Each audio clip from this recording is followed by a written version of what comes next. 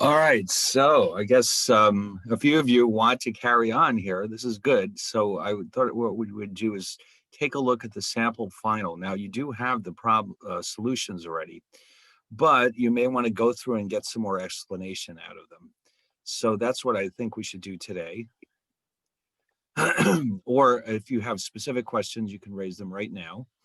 Let me first go get the sample final, because I'm sure this is the one you're still working on right now. I have a lot of, I received most of what's outstanding, but not everything. So a lot of people are still working on the second midterm and the final exam. So, and that's good. That's fine because they're not due to Wednesday night. But in the meantime, um, why don't we just go take a look and see what we're doing here? Hold on a second.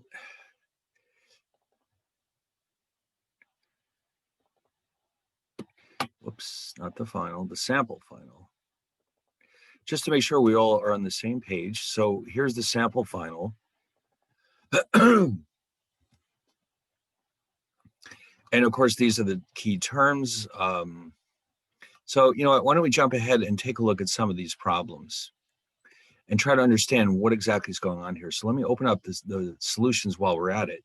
So, so you can certainly look up these definitions, but the problems are the tricky part. So for this number one, what do you have going on here? You have a museum with 150 sculptures. The mean value in the population of sculptures is $100,000, and the population standard deviation is $20,000. Now, here's the magic words right here. A sample of 25 sculptures is chosen. What is the probability that the average price is greater than $110,000? So that tells us that we're in chapter 8 right now, because we're looking at a probability distribution for X bar, the sample mean, which is also known as a sampling distribution. And of course, as we know, the sampling distribution is normally distributed for X bar, that is. And we also know two things. The mean of the sampling distribution equals the population mean, which in this case is $100,000.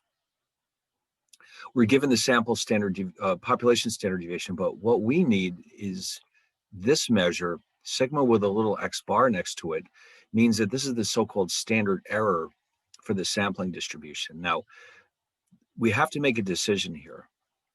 When we have a small sample, let me just make a note of this here. And by the way, in this chapter, small and large are defined differently than in the other chapters. Small means that n is less than or equal to 5% of the entire population. And if that happens, then the standard error is just very simply the standard deviation over the square root of n. But if not, if it's a large sample, then we need to use this expression right here. We need to include this extra term right here, the so-called finite population correction factor. So that means that you now have, for this case, a mean of 100,000 and a standard error of approximately, and we'll all get slightly different numbers depending on how we round this. This is the standard error. So when you go to your calculator, if you decide to do this with your calculator, remember with the normal CDF function, you need to tell it four things. You need to know the lower the limit, which is 110. Now, this first question, by the way, it asks us to calculate the probability that the average price is greater than 110,000. So that's our lower limit. We're looking for this area under the curve.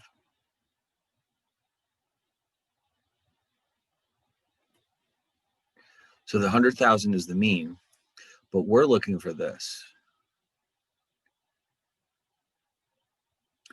Okay, and so in order to figure that out, we can go directly to the calculator. The lower limit is 110. The upper limit, of course, is infinity. And then we have these two values. This is the mean. Now, it doesn't say that. It uses the traditional symbol mu, but for this specific case, we're actually using this, the mean of X bar. And same thing here. This says standard deviation, but we're actually doing this. Okay, when you plug in all those numbers, you should get approximately 0.0032. So in other words, it's a very low probability. Why is that? Because if you convert this to a standard normal random variable, which you would do with this formula, remember in this section, if you're going to use the tables, you need to use this transformation.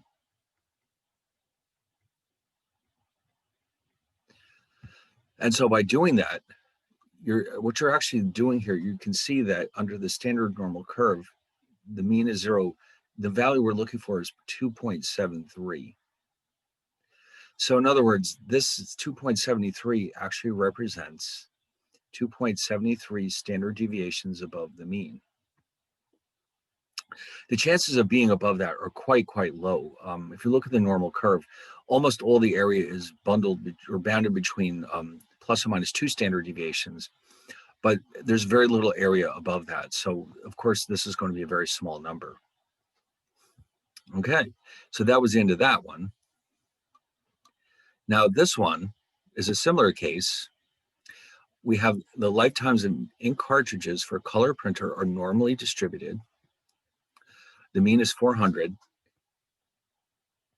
and the population standard deviation is 50. So this is a very similar problem to what we just did, except this time the sample size is 40 and the population size is enormous. I mean, this is all the ink cartridges that they've ever made. And so it's 1 million. And so what that means is that the ratio of these two, 40 over 1 million, well, you can see you don't even have to do this calculation. It's clearly a tiny little number. 40 over 1 million is tiny. It's, wow, 0.0000, 4 zeros, which is well below 0.05, which implies that this is a small sample. In fact, it's a very small sample. We don't have that here. We just have small and large. So that means we know that the mean is just equal to the population mean, 400. The sample size is enormous. It's 1 million. So you can see it's a tiny percentage. So now this time, because we're using a small sample,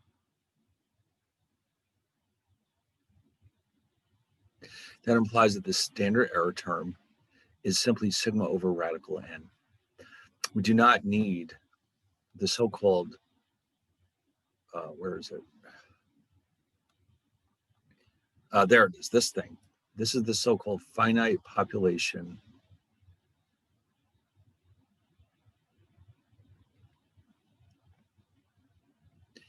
correction factor. You don't need to know that to do the problem, but it's good to know the names of these terms that we're using. All right, so then other than that, it's a very similar problem. So we'll calculate that by substituting in the population standard deviation of 50, the sample size is 40. That gives me a standard error of 7.91. So again, you can go to the charts by using this transformation. And remember then that the mean would therefore be 400. And the standard error is 7 point approximately. And again, this is the source, one of the sources of rounding errors in these types of problems. So what are we actually looking for in the problem? It asks us the probability that the sample is less, the mean number of pages in the sample is less than 390. That's how you know that we're using chapter 8, because it says the mean, not the number of pages, but the mean number of pages. Okay. So the mean in this distribution is 400. We're looking for the area below 390. And so when you convert this to a standard normal random variable or a z-score, you're looking for everything below negative 1.26, which is approximately equal to 0.10038. All right, and so of course using the calculator, you got the four values you have to input. The lower limit is negative infinity, the upper is 390, and then the mean is 400, and the standard error is 7.91. And you see it is off a little bit, but again, that's due to the rounding between the tables. Now the tables introduce another source of rounding errors, as you know. So between here and the tables, these two are likely to be slightly different, but that's close enough. Okay. The 1031 is actually closer to the real answer because you're not using the tables, but 1038 is fine too. All right, very good. Now, how about this one? Now, this is chapter 9. How can you tell?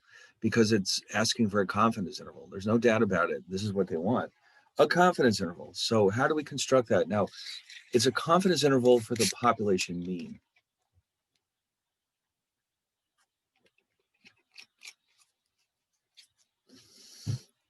Okay. Oh, let me check something out down here. Oh, I see. Okay. Now, I was just looking ahead a little bit. I want to remind myself how many of each type of question we have. All right, here we go. So, what are we told? The travel agency is conducting research into the spending habits of its customers. The company wishes to determine the average amount spent per vacation. Okay. In other words, they're looking at the population mean, which we don't know. Now, we are going to calculate a sample mean, which is fine, but it's apparently not enough information. They would like to have more precise information than just the sample mean. So that's why they're calculating a confidence interval. So they have a very small sample, if you notice. And the sample mean is here.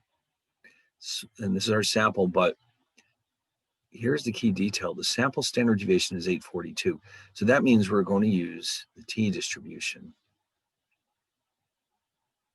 Now, it's a 99% confidence interval, so we have to watch it with that. So that means alpha is 0.01 or 1%. And that will affect the value of this t, sometimes it's called a t-score, that we can look it up in the tables, or else we can use our calculator. Okay, so this is the t-distribution. Now, how many degrees of freedom do we have? In these cases, it's n minus 1. Okay, so it's n minus 1, which means in this case 9. Okay, n is 10.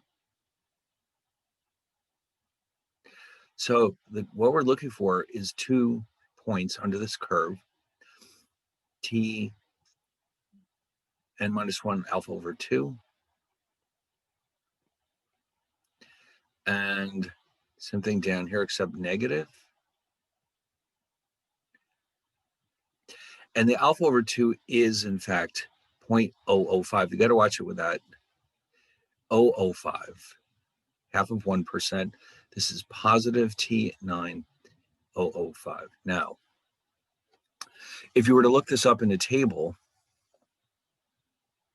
let's see, where are we going to find our table? Let's see. Oh, wrong thing. Nope. Notes. Chapter 9. There we go. The t-table. So the way this is constructed, this table, we know that we have 0.5% in either tail, 1% total. So that would be this case.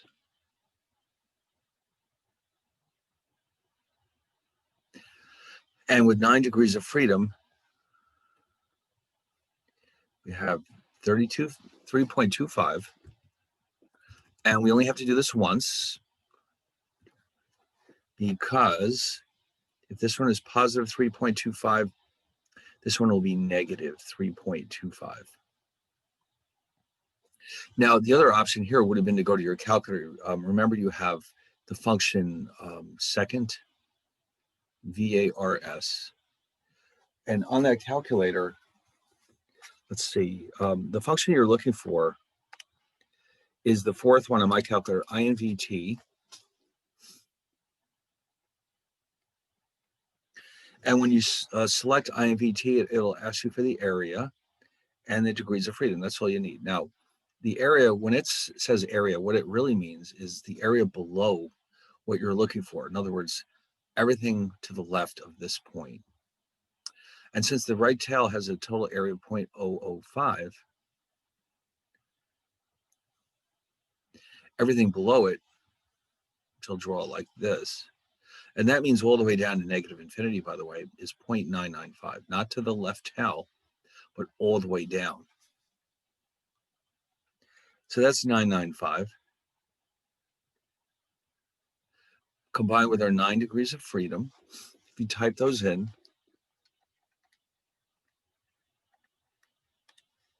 hold on.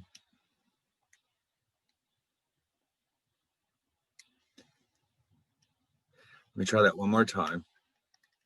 So it's just a 995 and 9, hit the paste button, and it comes back with approximately 3.25 to 3.2498, whatever.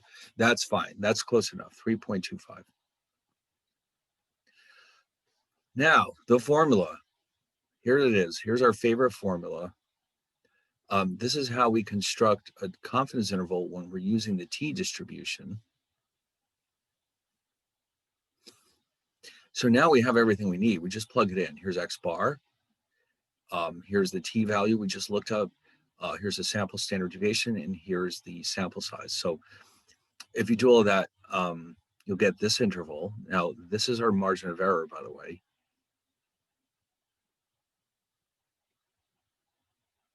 If the problem asks you for the margin of error, they mean calculate this piece. That's the part that you're adding to and subtracting from the sample mean.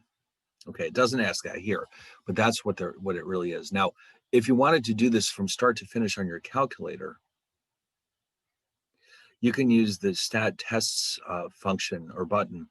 You go to t-interval, make sure you pick t because that's what happens when we have the sample standard deviation. It's an interval, not a test. Don't pick the test. That's for hypothesis testing. And then we plug in the numbers in this order. C level, of course, means confidence level. You calculate, and guess what? You're going to get, with maybe some trivial rounding differences, the exact same result. That is your 99% confidence interval. So we're basically saying there's a 99% chance that the true population mean is actually in that interval. We don't know it. We can only estimate it, but we're quite sure that it's in here somewhere. All right. In other words, it's not 0 and it's not 5,000. It's in here somewhere. And for our planning purposes, that's apparently what we need. Okay. So now, of course, all the confidence intervals for the population mean will be very similar to this. It's just that some of them might use the standard normal and some use the t. That would be the only change. Now, here's our first hypothesis test. This is a hypothesis test about the population mean. Now, how do you know? Because it says so. There's no getting around it. That's a hypothesis test. So they want to understand the mean GPA of the students. They want to know if it's greater than 3.2. So we're ready. You know where we're going with this.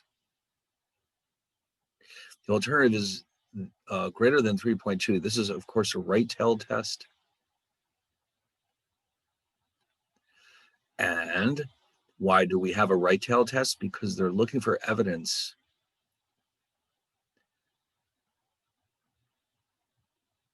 we want to show whether or not the mean GPA, I'll call it X bar, is greater than 3.2. That's what we're trying to demonstrate.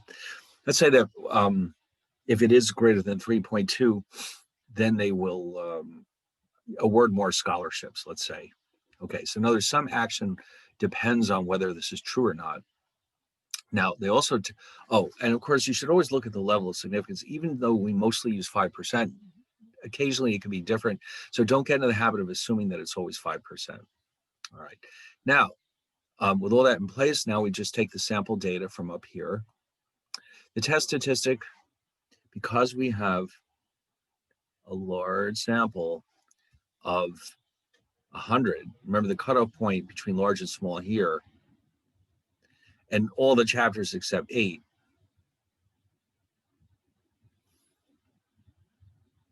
is 30. 30 is the threshold between large and small based on the central limit theorem. It basically just, it's one of those cases where it works. You know what I mean? It's like there isn't really a lot of theoretical reason for this. It just turns out that it works well with 30. Anyway, so you plug in those numbers. Now that's a large z-score. Look at that, 4. You're not likely to exceed that. So in other words, if your mean is 3.2 in this example, 3.8 would be way up here somewhere. And that corresponds to 4 with the standard normal distribution.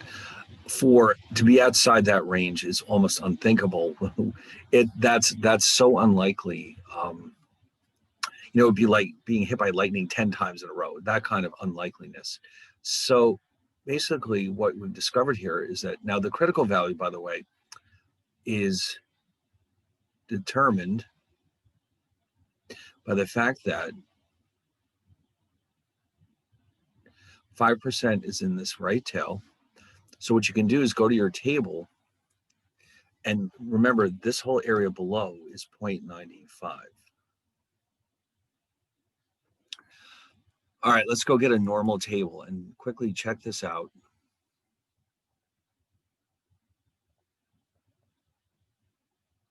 So we're looking for 0.95 in the body of the table. These are probabilities right here.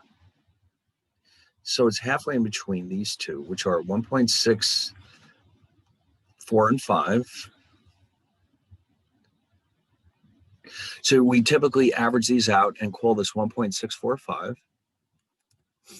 1.645. Now, the other option was to do the second VARS, INV norm. And if you pick that one, what you need to tell it is area. Make sure you use the area below that point. Otherwise, you'll get a negative answer, and mu and sigma, because this is standard normal.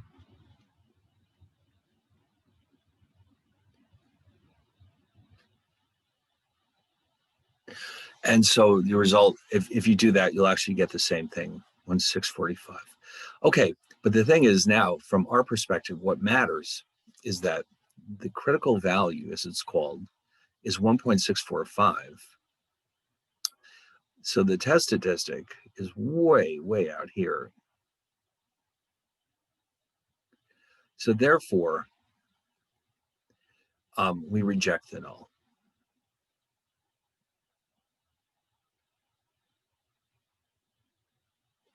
In other words, what they're saying is that if the actual sample mean is 3.28, it's highly unlikely that the mean is 3.2 or less. We have very strong evidence to suggest that the mean is above 3.2, which is, I think, what they were hoping for. Now, of course, as usual, there's a calculator function that will enable us to do this directly. So what you need to do, okay, hold on.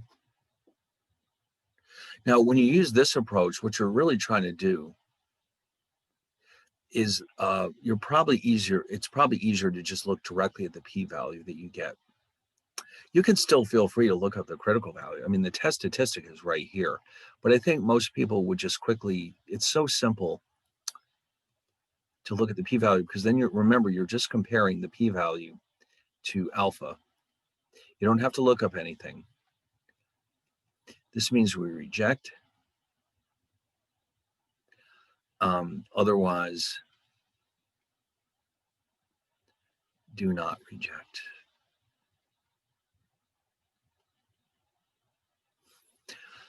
Okay, so how would you do that? You'd have stat tests. Now remember, you have to use z-test. Z because we're using the standard normal distribution, and test because it's a hypothesis test. It will then ask you for all this information. Make sure you specify that this is a right-tailed test.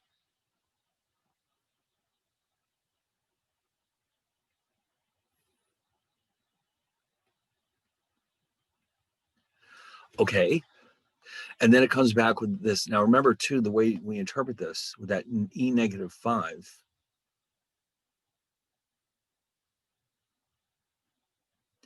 is 3.1686 times 10 to the minus fifth. In other words, the number is so small that the calculator needs to express it in scientific notation, because this is the equivalent of this. Okay, negative 5 means we have 4 leading zeros. It's always 1 less than that exponent. So when it starts kicking into this negative scientific notation range, you know that you can reject the null. You almost don't even have to look at it. It's so small, it's not even going to be close to 5%. Okay, so that one's done.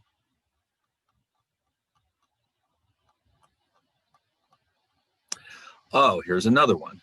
Now this one is different because we have a small sample.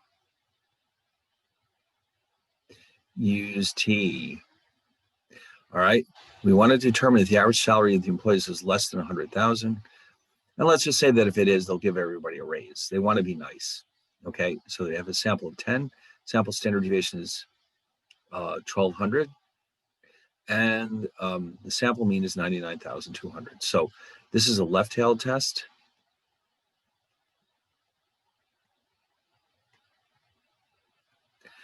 Uh, 5% level of significance, as it usually is, but not always. And the test statistic, as you can see, is the same as we had earlier, except that it's based on the t distribution. And that gives me negative 2.108. Now, remember we had that rule of thumb. Anything outside the range of plus and minus 2 is probably going to lead to a rejected null. It's not always a perfect rule, but it's a pretty good rule of thumb. So it looks right now like we'll probably be able to reject this null, but why don't we double check?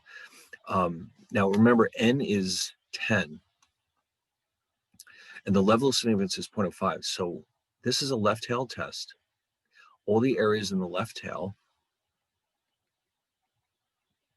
So the critical value is going to be 9 and 0.05. In other words, 9 degrees of freedom, 5% is in the left tail, and it's the negative.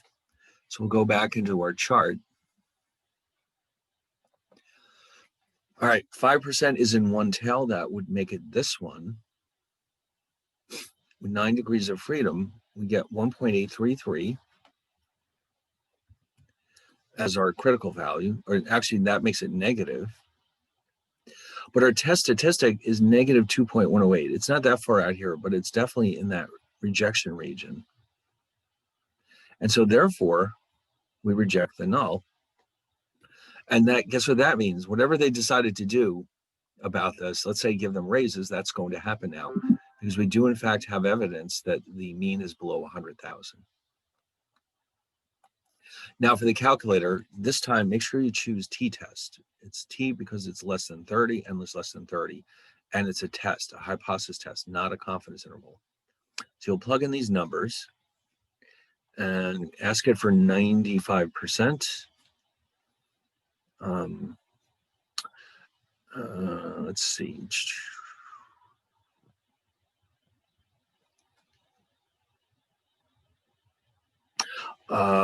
Oh, no, wait, what happened here?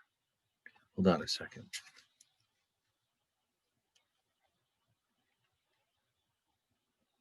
Stat tests, t-test, stats. Oh, right. This is where you enter the data. Okay, great. Oh, that's right. This is what I was looking for. Left-tailed test.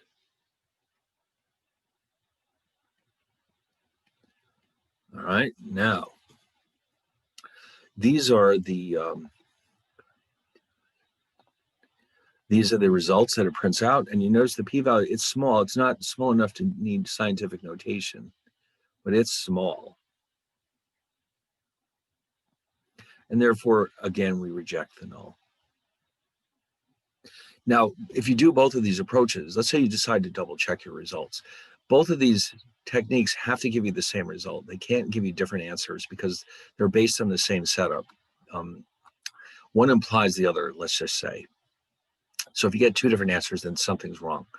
But in general, just all you have to do is look at the p-value and you've got your result. All right, now a meteorologist wants to construct a confidence interval. Now this is the proportion. Okay, we're shifting gears here to proportions. We take a sample of 50 days and it rains on 7 of those days. So n is 50, x is the number of days that it rains, that's 7. So the sample proportion, this p, is 7 out of 50 or 14%.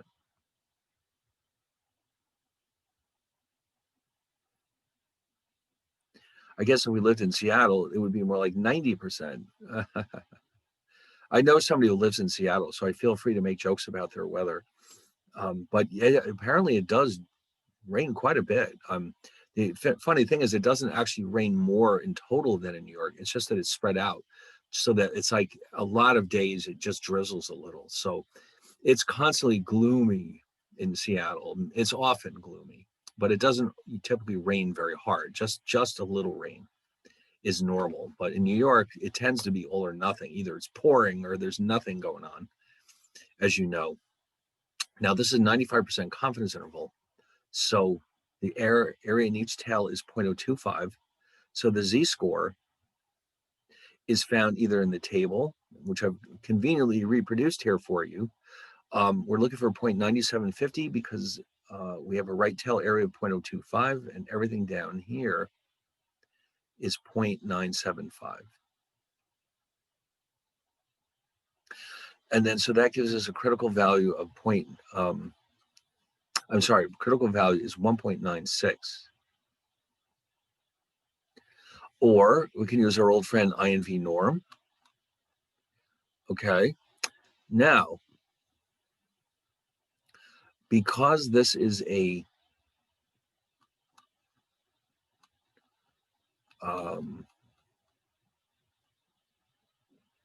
95% confidence interval, no, what I meant to say is because it's a confidence interval about the population proportion. Okay, in other words, we're not looking at the mean any longer. This is the proportion. And also, don't forget that in this book, little p is being used to represent this sample proportion. Let me make a note of that here somewhere.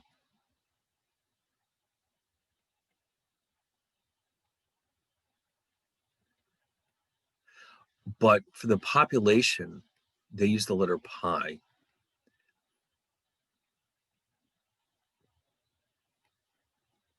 Okay.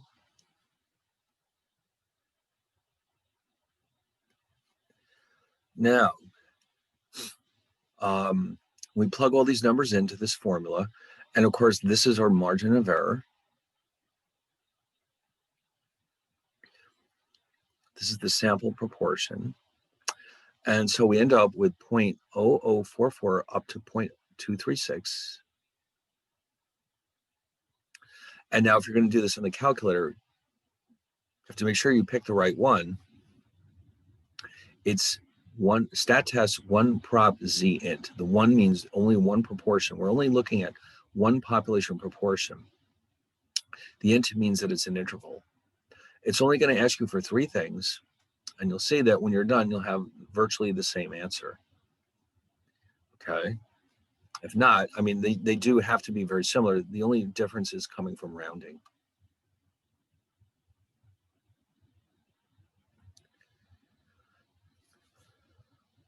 All right. Now, what else do we have? Oh, here we go. Now, this one is interesting because we're comparing 2 population proportions. New York and Connecticut. Okay, this is New York. This is, Connecticut.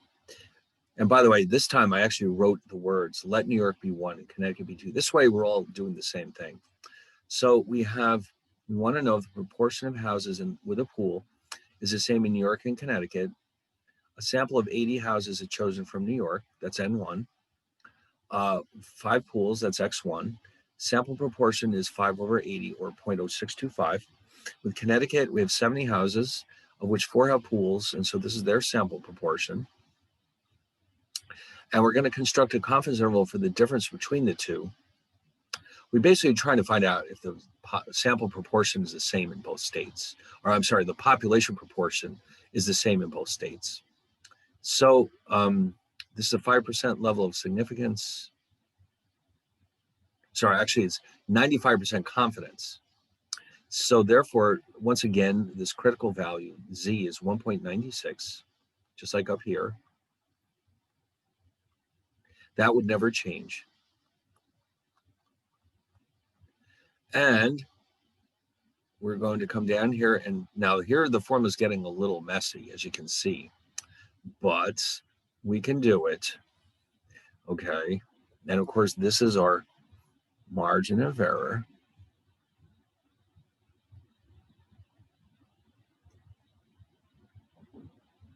And so we plug in all the numbers. Now this interval means that New York is 0.0705 lower than Connecticut.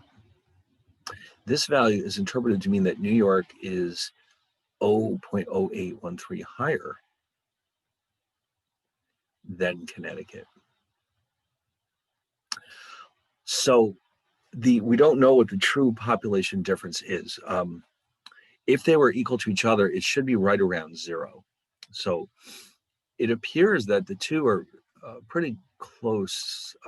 The difference between these two is pretty close to 0. So we want to get a rough feel. Now, the real estate agent needs this information to figure out how much the houses should sell for. And so that's an important factor, of course, in the price of a house, is whether it has a pool or not. Now, if you're going to go directly to the calculator, this time instead of 1 prop zint, you need 2 prop zint. 2 for 2 proportions, Z for standard normal, int for interval. It's going to ask you for these numbers, and you'll see the results will be almost identical to what you're doing up here. All right.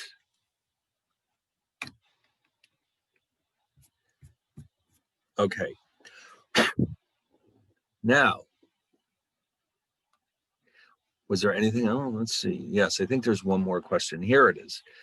Now, this is different because this is a hypothesis test for a proportion. Okay, this is the first time we've seen this.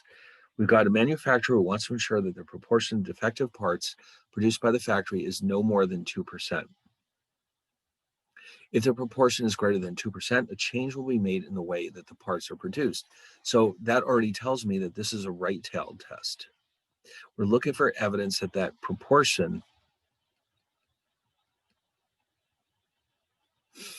is greater than 2%, because if it is, we have to do something about it. So we have a sample of 150 parts, of which 4 are defective, which means our sample proportion is 0.0267, and that looks very unpromising because that's quite a bit above 2%. But let's see if that's enough to reject the null hypothesis. So we have a level of significance of 5%. The test statistic, we can construct it in 2 parts. So the sigma p is here. That's the standard error. This is the hypothesized proportion, which is the 2%, and then that would make this 98%. The sample size is 150. This is our standard error that gets plugged into here. Okay, and so here's the difference between the sample proportion and the hypothesized. Now, if you look at this, that's a very small z-score. Okay, remember the rule of thumb was anything outside the range from plus and minus 2 should lead to a rejection. We're not even close to that. So even though this sounds very high, it doesn't look like there's enough evidence to suggest that the proportion in the entire population is above 2%. So let's go through, and now the critical value here, because this is a right-tailed test, the entire area is in the right-hand side. So our critical value, or z-score, will be 1.645. Remember, we're averaging out these two. And so if our critical value, a test statistic rather, is above that, we'll reject the null. But it didn't happen, did it? In fact, it's not even close. So we do not reject the null, and we will not change the way we manufacture these parts. Okay. So with the calculator, you remember to choose. Now this time it says test, not interval, but test. We're testing a hypothesis about a single population proportion. And so you're going to plug in the numbers. It only asks for 3 or 4 numbers. And then we come up with, this is what we're looking for. Now, don't be confused. It shows in the calculator something like this. That is meant to represent, that's how they are expressing the sample proportion. The actual p-value that you need is this one. And you can see it's quite a bit higher than alpha. So we do not reject the null, and therefore there's no need to change the way that the parts are produced. Well, now, does anybody have any questions or issues about these questions? Is it pretty straightforward now? Yeah, because the actual final exam is very much like this, as you already know, of course. There's no surprises in there. I didn't sneak anything in there that doesn't belong. So what I'm going to do is I'm going to actually take this. This is not the one you got. All this handwriting. What I'm going to do is update this file. Let me save it as updated, let's say. So I'll post this on Moodle because all those drawings I just did might help you understand better what we did. So I'll post it. I'll rename it Updated Solutions to Sample Final. And that will get posted. And I'm working feverishly on all of your other assignments. If you look in your Moodle account, you'll see that I've added a few more columns of results, but I'm still frantically trying to finish them all. There's so many of them. So, but now remember too, that the grades are not formally due until Friday. So, I'm working on it. I'm getting closer and closer to having everything done, but don't panic if you don't see anything until Friday. All right, because that's when they're actually due. Now, once I put in the grades, I don't know how long it takes before it shows up in your Moodle account, but you can still look at your scores from the individual assignments. I don't know how long you have access to your Moodle accounts once a class is over. I hope it's a long time because there's so much good stuff on this website. I'm hoping that you have access to it. And if not, you should download everything you want to keep forever, like sooner rather than later. Because I know eventually you won't be able to get into it. So in the meantime, since we have a little extra time here, why don't I take a peek at the second midterm, just because that's also due on Wednesday night. The second midterm should be very simple compared to this. Oh, where is that second midterm? Let me grab this one.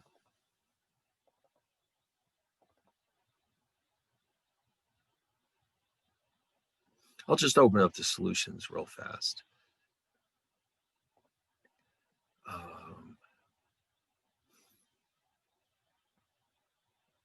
Which one do I want?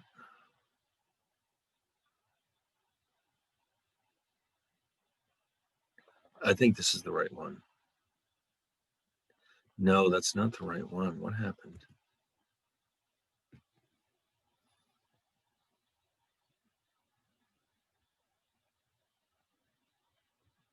All right, why don't we, oh, here it is. Oh, no, that's not what I wanted. Let's just open up the midterm. Okay, so didn't I send you the solutions to this? What happened here? I can't seem to find it. Oh, no, I couldn't have because I haven't graded them yet. No, all right, no, I was going to say, I don't know, I was a little concerned there for a minute. This is the second midterm. Now, let's not look at that. Let's look at the sample midterm. Yeah, no, what am I doing here? Let's look at the sample midterm. That's better. Okay, here it is.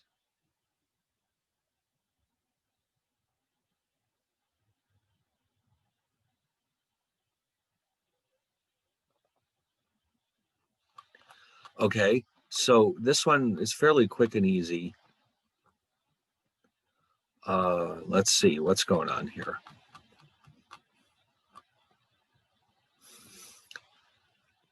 We have, okay, let's see.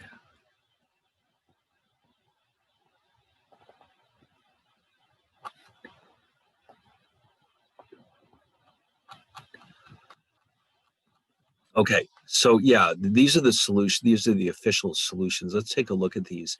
So, yeah, the definitions are here. The discrete, remember, discrete random variable has a finite number of possible values. Continuous has an infinite number of possibilities.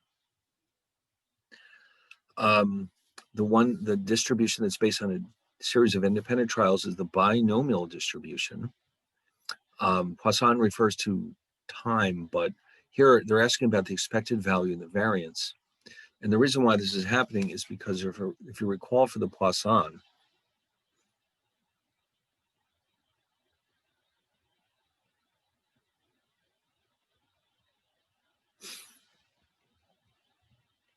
this is an especially simple case. So these two are equal to each other. So that's why Poisson is the answer to this one. Then what are the two values that uniquely characterize the normal distribution? That would be the mean and standard deviation. For the standard normal, the variance is 1 because remember the mean is 0. Variance is 1 because the standard deviation is 1. Okay. Oh, which distribution can be approximated with the normal? That's the binomial, of course. Now, for the binomial random variable, the expected value is n pi. The variance is n pi 1 minus pi. And of course, that means the standard deviation is here. What does lambda represent in the Poisson distribution? The average number of events that occur over a given interval of time. And then this is the formula that we use to transform a normal random variable x into a standard normal random variable. We've done this before. This is only needed for the charts, but it's good to remember that this we have this formula. Now, this is a random variable. This is the probability distribution for x. This is not one of our standard probability distributions, but it is discrete, and it is a valid distribution because each probability is between 0 and 1, and the sum is 1. If you count them up, it adds up to 1. It is discrete because we only have a finite number of values for x. And then the fun begins. Expected value, you go to the chart, you're literally multiplying each x by its own probability before adding them up. The variance, now this is a tricky formula, but for each one, you're taking the x and subtracting the expected value from up here, squaring the result and multiplying again by the probability that x has this particular value. You do it for all three values of x, and they add up to 19,600.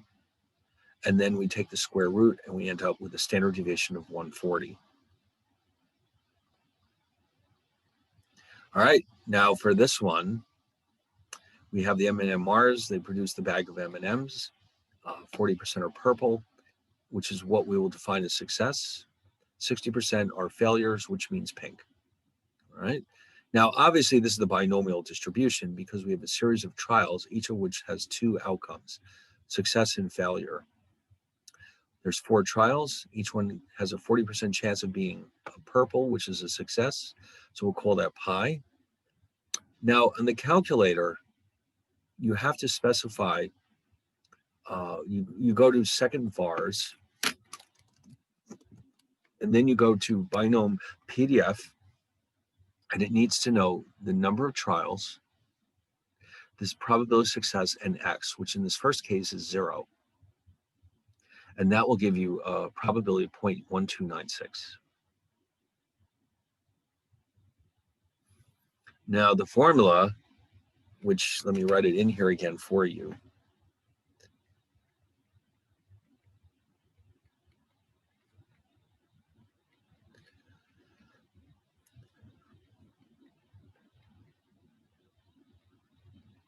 All right, so if you plug those into your calculator, you will in fact get the same thing. So here's the calculator function, and here's the algebraic function. Okay, now for the rest of these, really the only thing that's changing is x. So for part B, we're looking for the probability of a purple, which means x equals 1. And either using the calculator or the algebraic formula, you should get 3456. And the tricky one is C, at least 1. Whenever you see at least 1, you should immediately rewrite that as 1 minus the probability of no M&Ms being purple. Okay, that's the key to the whole thing right there. I'll even highlight it so you don't miss it. So we've already seen that the probability that x equals 0 is 0.1296. So 1 minus that is 0.8704. With the calculator, again, we've already seen that the probability that x equals 0 is 0.1296. So that means that the at least 1 is 1 minus 0.1296, or 8704. Okay, and then finally we have the 3 moments: expected value, variance, and standard deviation. Okay. Then we have lefties. Okay, so here we're assuming everybody's either lefty or righty. And because we're asking for the number of lefties, we'll think of that as our success. So there's 9 people in this class, and there's a 10% chance that each one is left-handed. So to get the probability of 0, we again go to the calculator and get 3874, or we use the formula directly to get 3874. For B, we're looking at 2. So you just change the little x to 2. Okay, so that's this number. And or in the formulas, you notice how we have 2, 2, and this is n minus 2. We end up with 1722 either way. And here we go again, or at least, this is at least. And since we already know the probability of getting 0 successes, it's a simple matter of subtracting that from 1. And then again, we have the 3 moments. These are the formulas for calculating the moments of a binomial distribution, so that's simple. Number 4, we have 3 customers entering the bank every hour. Already we know that this is Poisson because it's time.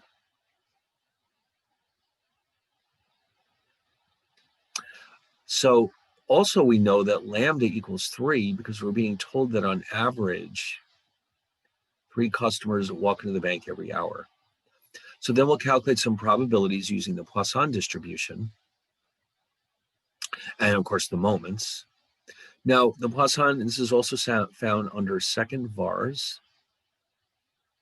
You need to specify the lambda and the x. And for 0, we have 0.0498. The formula, if you recall, is e to the minus lambda, lambda to the x, over x factorial. If you plug those in, you'll get 0.0498. Very good.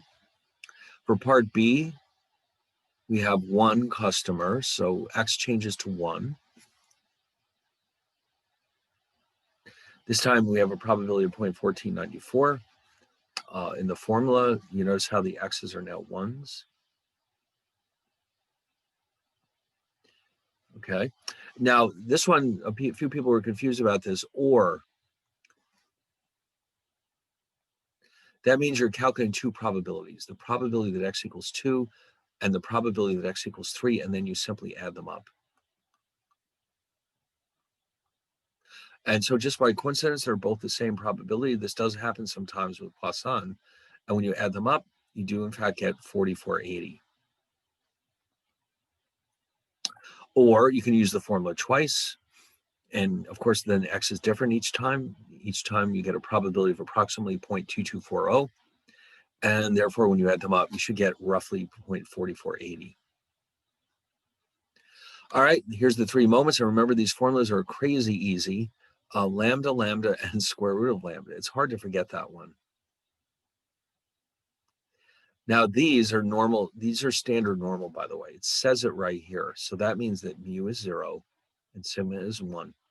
Now, you can look these all up directly in the charts, but if you do, remember, in some cases, you have to do some manipulations.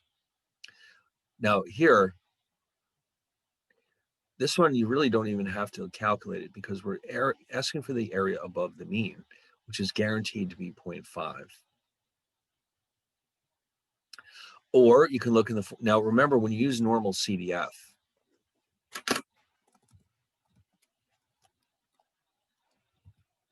requires the lower limit, the upper limit, the mean, and the standard deviation in that order. And so remember too, now in this case, the upper limit is infinity. So here you would have, for example, 0. And then these last two will be 0 and 1 throughout the entire problem. And you'll end up with a half. The table doesn't show greater than probabilities. If you look at the table,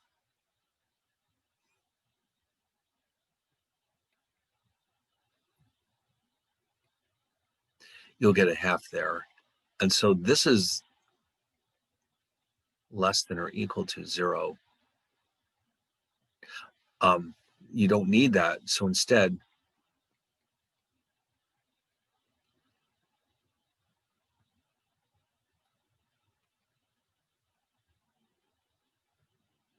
now, by the way, here, when you do this directly in the calculator, it'll give you a slightly rounded version, like 0.4999 or something like that. Okay, so using the same logic, now here, this one, we can do it either with the calculator or this one actually is right on the chart. Okay, so if you look for,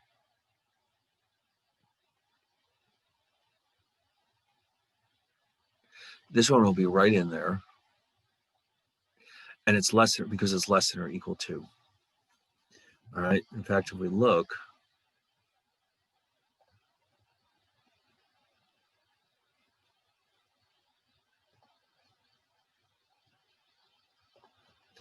let's go find it.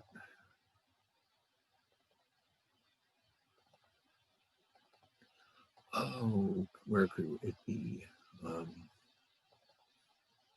Nope. There we go. I'm looking for the negative normal table. Yeah, it should be right here. Negative 1.8 combined with 0.08, 0301. Perfect.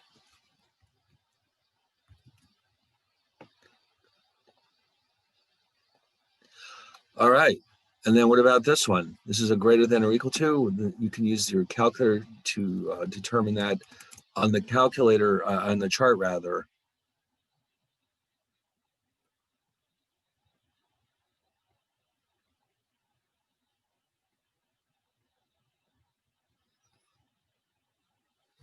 So if you look at the chart, negative 1.36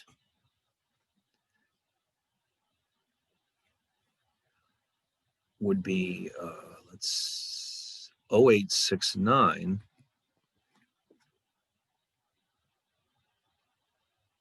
which is going to be 0.9131. Perfect. Okay, and then the in-betweeners, yeah, you see that for these, yes, you can use the calculator directly. Now, what happened here? What you have to, if you're not going to use a calculator for this, and you're going to look up these numbers in the chart, what you actually have to do is find both of these probabilities and then subtract the smaller one from the larger one. Okay, so you'll have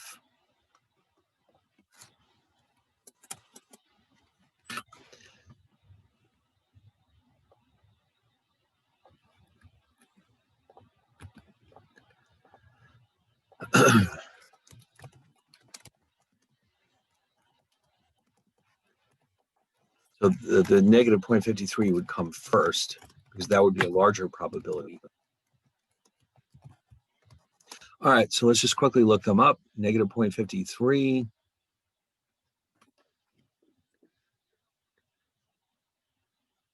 It's 2981. You can't see the top, but that's 0.03. 2981. And then negative 1.87 is almost, oh yeah, that's right next to the one we just had earlier, 0.0307.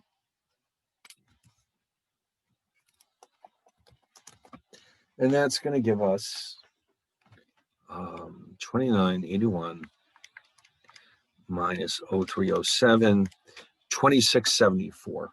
So you can see it's a tiny bit different. And again, it's because of the rounding. Beautiful. All right. Now here we have a similar setup, except now we're looking at normal but not standard normal probabilities.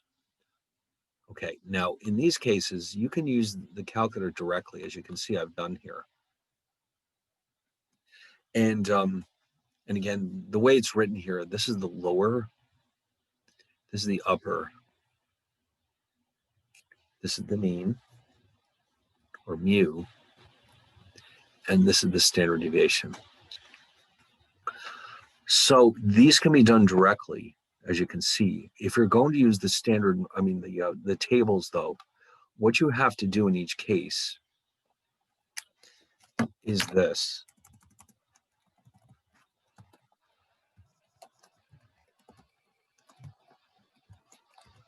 You need the conversion.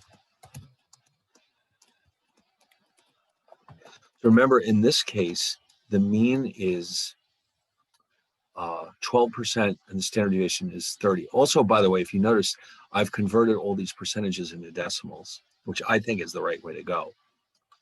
Okay, now, so here's what you have to do.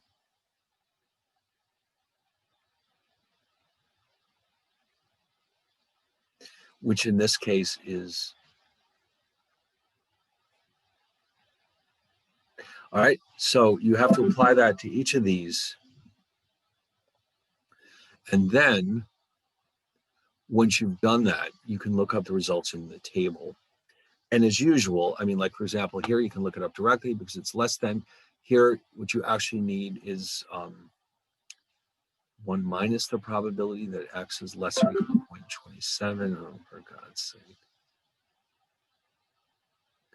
This one, you can look it up directly.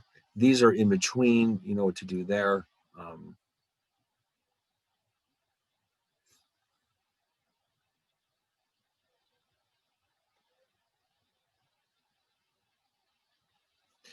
Same thing with the one below it. And then that's only if you're using the charts. If not, well, you're lucky, you're happy. You're just looking it up directly with your calculator and you're good.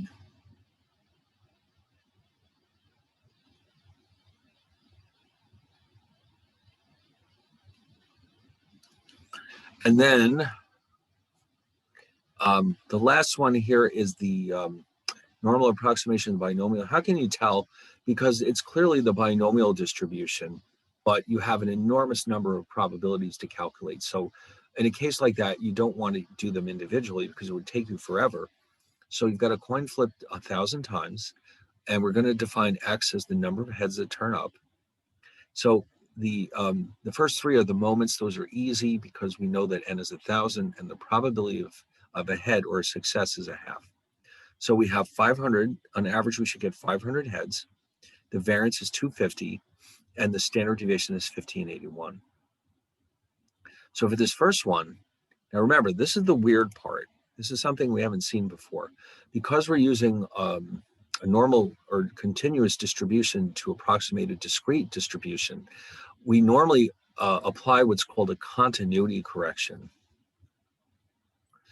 And that continuity correction is designed to help improve the approximation. So we subtract a half from the lower limit, we add a half to the upper limit, and this is what we actually are testing or calculating. Okay, so you've got the lower limit of this, upper, and of course, we just figured out the expected value or mean. We can call it either EX or mu, and then here we have the standard deviation.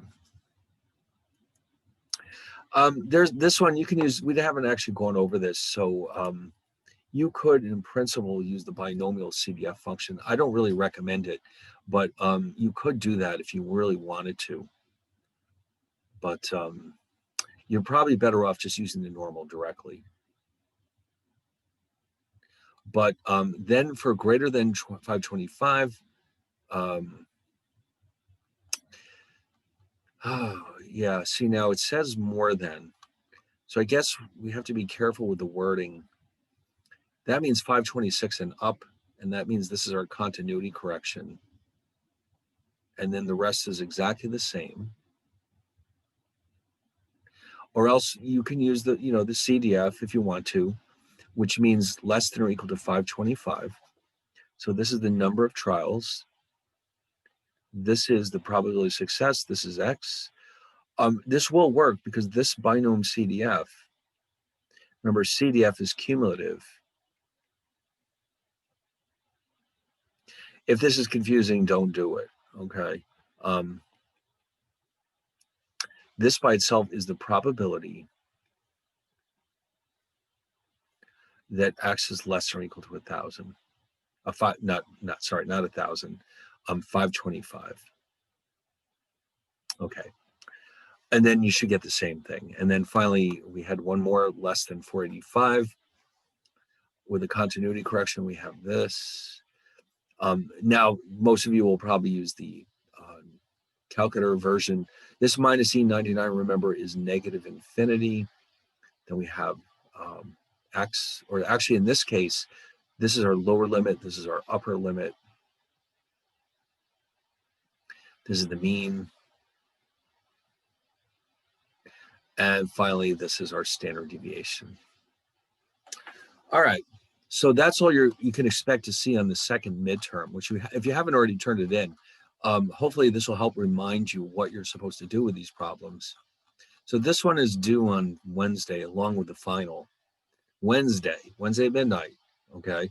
So the rest of them, I think all the others were already due by Monday, but if you haven't handed it in, you can still go ahead and hand it in. Don't, just throw everything in there, just get it out there, make sure you hand it in everything, because you could lose a lot of points if you're missing something. Anyway, so I don't think there's anything left for us to do here. Unless you have some last minute questions. Doesn't sound like it. All right. So, all right. Well, then I guess that's it. Now, today was supposed to be the last day anyway. I just didn't realize that yesterday we were off, because if you look at their website for the schedule for this winter session, on one part of it, it actually says the name Martin Luther King birthday, but it doesn't actually say the words no class. I had to look at another part of the website to make sure that we were actually off yesterday. So that's why there was some confusion about this. But I believe that we are completely done with everything. I'm pretty sure that we didn't leave anything out. We covered all the material. We covered all the questions, all the problems. So we're done. We somehow managed to squeeze a 16-week course into 4 weeks. And I think we should all congratulate ourselves, because, that was tough. Come on, that was a lot of work, and we did it. So, all right. Anyway, so in the meantime, what you should be doing right now is finishing up anything that you haven't done, everything that you still haven't finished. Like today's Tuesday. Why don't you sit down and finish them? All right. Even though you don't have to hand in the second midterm and the final until Wednesday, there's no point in waiting. All right. That's never a good idea, because you might suddenly discover that there's something you don't understand. And you can always send me questions by email if you're still stuck on something. But that's not going to be possible if you wait till Wednesday at 10 p.m. to start doing it. So, all right. And in the meantime, I've been sending out acknowledgments to everybody who sent me their assignments. I'm pretty sure I'm all caught up with them. If not, I'll go back and double check again. I just want to make sure you know that when I've received your work, so that there's no doubt about it. And in the meantime, I guess all I can say is I think it's been an excellent semester. I think you learned a lot. And if you need this stuff in another class, it'll be extremely helpful that you've already seen it before. And even if it takes a couple of semesters before you run into it again, it'll come back quickly. And what you probably should do is make sure you save all the notes that we created this semester, the PowerPoint slides and all the solutions and all the rest, so that you have a permanent copy of them, which I think that if you need to review this material in the future, the quickest way to do that would be to flip through the notes, the slides that is. So don't lose them. All right. So is there any last minute questions? I had a question Okay. about problem set 9.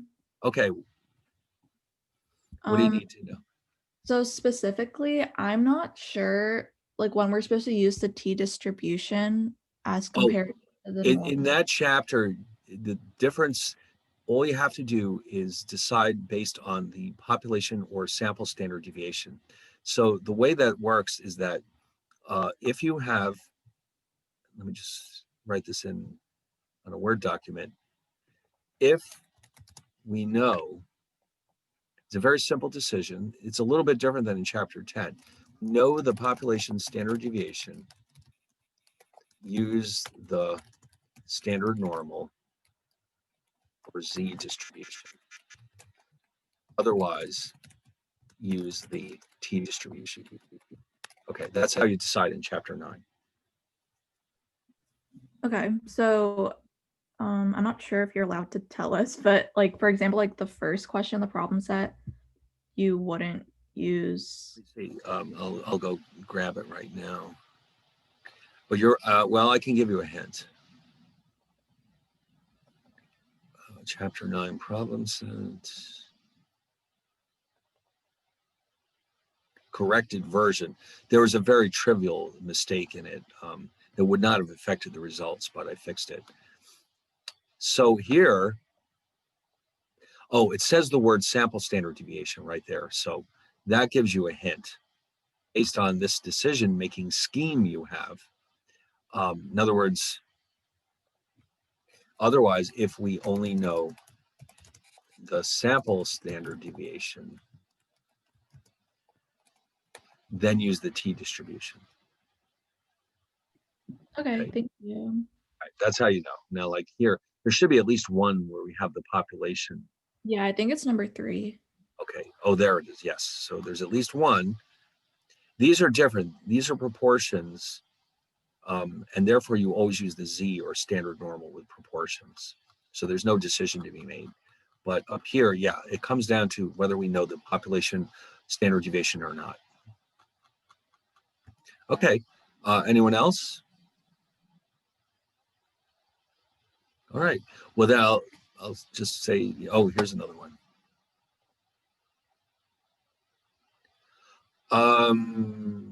Didn't I send you a message on those? I'll double check. All right. I thought I did. I remember that. Yeah, there were 2 parts, but I'm pretty sure I got them. I'll confirm that after we're done. But I'm quite sure that I did get everything from you. All right. Anyone else? All right. Good. Well, good luck on the final assignments. And so far, everybody's doing very well with what I've seen, and I'm optimistic there'll be a lot of A's in this class. And then in like maybe 2 weeks, not even, school will start up again for real. And then you'll have this very challenging class behind you, and then maybe you can relax a little in the spring. But you know, I hope this got you excited about statistics and quantitative methods in general, and then you can see how, you know what, this is really interesting and useful stuff. So, all right, well, if there's nothing else, I guess we'll call it a class. We don't have to stay here till 12 o'clock because we're done. All right, no more anymore. All right, well, then I guess, who knows, maybe it'll show up in one of my other classes. You never know. So, all right, goodbye, everyone.